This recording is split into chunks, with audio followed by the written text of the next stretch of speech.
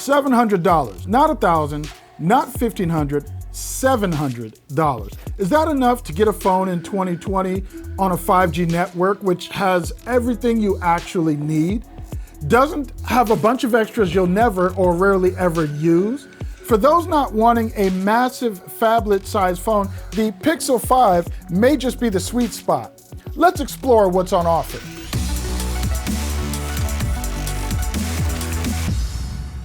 Hey, if any of these videos have helped you, please hit us with that thumbs up, hit that subscribe, and hit that notification bell so you'll be notified when we release the latest videos.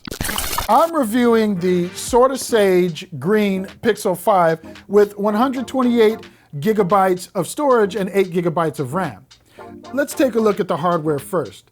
As a lover of all things camo, this phone is one of my favorite color options on a phone this year. Though it's still pretty slick, the back of this sage green phone has a nice texture to it, matte, with a glossy green power button you'll see there. On the rear, you'll also find a fingerprint sensor, which worked very well, and you'll get a dual camera module, which houses 2 cameras. You'll get a 12.2 megapixel dual pixel 1.7 aperture optical image stabilized camera with a large 1.4 micron pixel width and a 16 megapixel ultra wide with a 2.2 aperture and 107 degree field of view. We'll take a deep dive into those cameras in a bit. Right side of the phone is where you'll find the volume rocker and the power and sleep wake button. Left side of the phone is where you'll find the SIM tray. Top of the phone, you'll find a microphone. And on the bottom, one half of the stereo speakers, the USB-C charge port, and another microphone. Front of the phone is where you'll find the 6-inch 1080 by 2340 OLED display, which supports HDR content. It's a good-looking display with an adaptive refresh rate, which scales the refresh depending on what you're doing so that your battery life is optimized, scaling up to 90 Hertz. Google already does a fantastic job of optimizing the software and hardware experience so that navigating around the phone is peppy and fluid on their 60 Hertz displays, but the experience is just that much better with this adaptive refresh.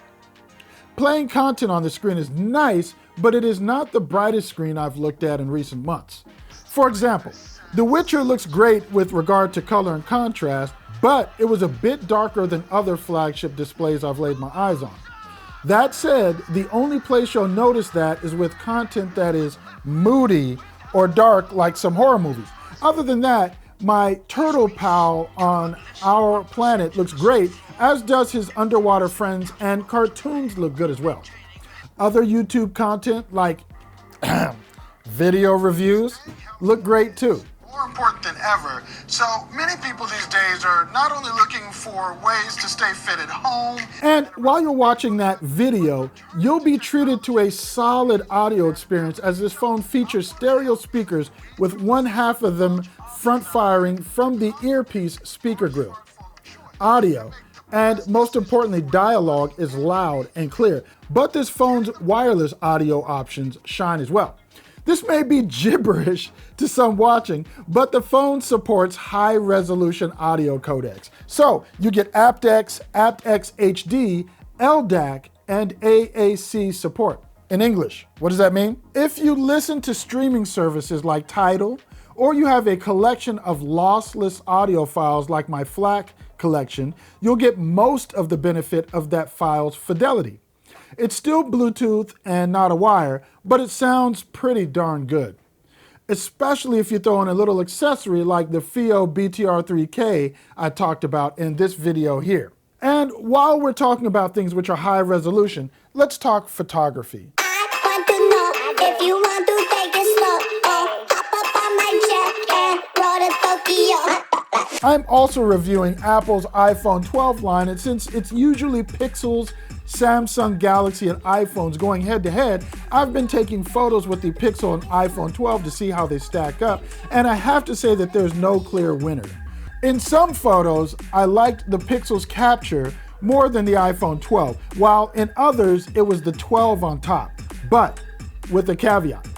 Other than the red flower test, most of my picks were really preference and not based on overall quality of the image. So let's take a look at the front-facing 8 megapixel camera of the Pixel 5. Here you can see how the Pixel handles an overexposed background. Both cameras did a respectable job of compensating for that, but the colors the Pixel reproduced were warmer with more pleasing contrast, and the luminance level of the blown out background was processed better by the Pixel. In these pictures taken with the sun high in the sky and no clouds, I posed with the sun in front of me and behind me. The iPhone gave me warmer colors while the Pixel produced a flatter image with regard to color. Pixel took the prize with its ability to cut me out and give me a beautiful background blur where the iPhone fell short, only partially blurring the background. These low light shots at 5 a.m. are definitely a preferential thing in terms of which is best. Which one do you think performed better, iPhone or Pixel? And now it's time to focus on a red flower. Both cameras took a great photo, but in this instance, where the iPhone 12 softens the image, Pixel keeps the contrast, showing the veins in the flower petals despite the sun high in the sky with no clouds and blaring on this red flower. Now, lesser cameras would have reproduced a blown out red flower with soft, seemingly blurred red petals, but both phones give you a solid amount of detail and no overblown highlights. And here are some other brightly colored flowers I took pictures of. What do you think? Which camera do you like best? One area of the cameras which I was highly impressed with is low light and night mode on the rear cameras.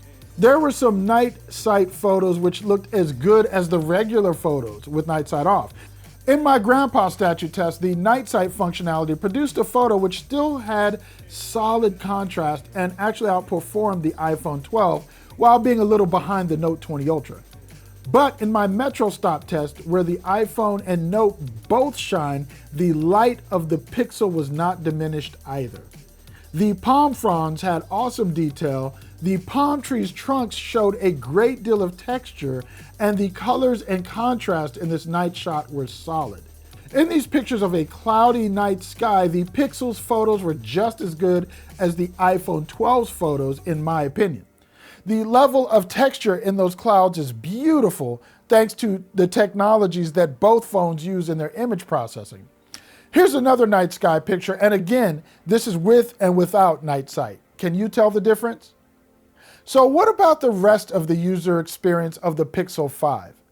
Battery life was solid. I measured almost 8.5 hours in my artificial testing, screen on time use with 13 hours of total use, with the battery menu telling me that I still had roughly 5 hours of use left. With this being one of Google's biggest batteries in a Pixel, I can definitely say that it's a welcome improvement, and having rapid charging with an 18-watt charger in the box definitely helps.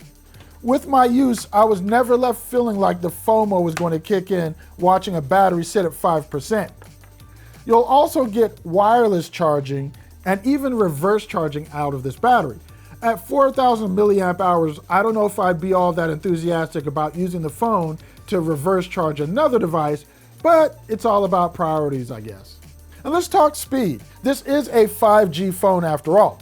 At home and at work, I was getting speeds typical of what I usually get on T-Mobile's network, 25 to 70 megabits per second. And then at my new testing location, 100 yards from that 2.5 gigahertz tower, I saw speeds of 458 megabits per second down with 88 megabits per second up. Calls were clear on both sides, which is important because, this is a phone. People are keeping their phones longer than ever, and with us living in this new reality of pandemics, making a several $100 purchase last is a comforting thing. And though we can argue that it should be longer, this being a Google phone, you're guaranteed a minimum of 3 years of OS and security updates. Some phones only promise 1 year.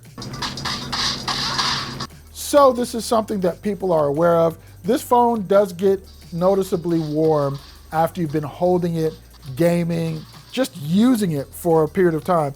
It definitely does increase in warmth by several degrees. like right now, it feels cool, but if I was on it, Instagramming and Facebooking, taking photos, any number of other things, you're definitely gonna notice a warm-up of this phone compared to some others. This phone comes with Android 11. And being a stock Android phone, one of the great things about it is the accessibility features work like they should. Like I showed in my Pixel 4a review, you're gonna get real-time phone call captioning. What is Africa to me? Copper sun or scarlet sea? Strong bronze men or regal black? Jungle star or jungle track? And you'll get translations along with a host of other well-implemented accessibility features. I have to give kudos to Google for really doing a great job on keeping those with different abilities in mind as they've developed the OS. Nihongo ga wakarimasu ka? Do you understand Japanese? Hai, so skoshi. Yes, so little. So, at the end of the day, what's there to know about the Pixel 5? How does it fit in? Where does it fit into the scheme of products? Well, to wrap things up, an amazing camera that competes with phones that are double its price in some cases, a user interface which is speedy, which is fast, a screen which is solid.